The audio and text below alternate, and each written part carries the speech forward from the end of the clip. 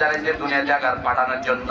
ওয়ালাউ রুদ্দু, আমি যদি রাসূল আপনি তাকায় দেখুন, ওয়ালাউ রুদ্দু আদু, যদি আমি তাদেরকে আবার পাঠাই তাহলে তারা সেখানে লামলিমা নাহু আনহু ওয়া ইন্নাহু লাকাযিবিন, তারা আবারও গিয়ে সেইখানে আমার কোরআনকে তারা মিথ্যা বলবে। জুরে কোন নাউজুবিল্লাহ।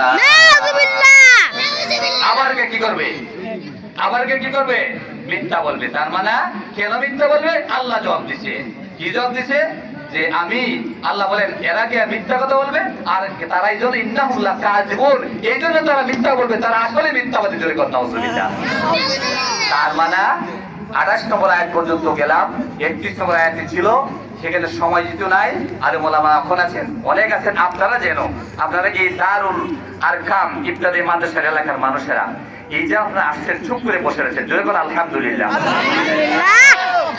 আপনারা যেভাবে সুন্দর একটা ভদ্রভাব দেখাইলেন, সুন্দর করে এক উকিলের মতন কোরআন শুনতেছেন, অনেক মানুষ আলহামদুলিল্লাহ হয়েছে, জোরে করে আলহামদুলিল্লাহ। আপনাদেরকে আমি অনুরোধ করবো, শুনবেন? আপনারা শুনতে চান? আপনাদের অনুরোধ করতে চাই, যেভাবে চুপ করে বসে আছেন, আমি উঠে গেলে এরকম উঠা বসা করা যাবে না। কারণ কি, আমার চেয়েও লক্ষ লক্ষ গুণ বেশি আলেম ওলামা এখানে বসে আছে, জোরে করে আলহামদুলিল্লাহ। আলহামদুলিল্লাহ। তাদের কথা অনেক মূল্যবান। এই কথা শুনে, ওই যে বলছিলাম, শেষ মুনাজাত করে যারা যাবেন ওদেরকে আল্লাহ বলেন লাআল্লাকুম তুরহামুন, তারা বাড়িতে যাওয়ার পরে শুয়ে যাবে, ঘুম আসা না পর্যন্ত রহমত করবেন কে? আল্লাহ রাব্বুল আলামিন যেন আমাদেরকে এই রহমতের ভাগী জানান, আর এই রহমতের কারণেই আল্লাহ যেন দুনিয়াতে আমাদের প্রতি সন্তুষ্ট হয়ে যায়। ঠিক না ঠিক?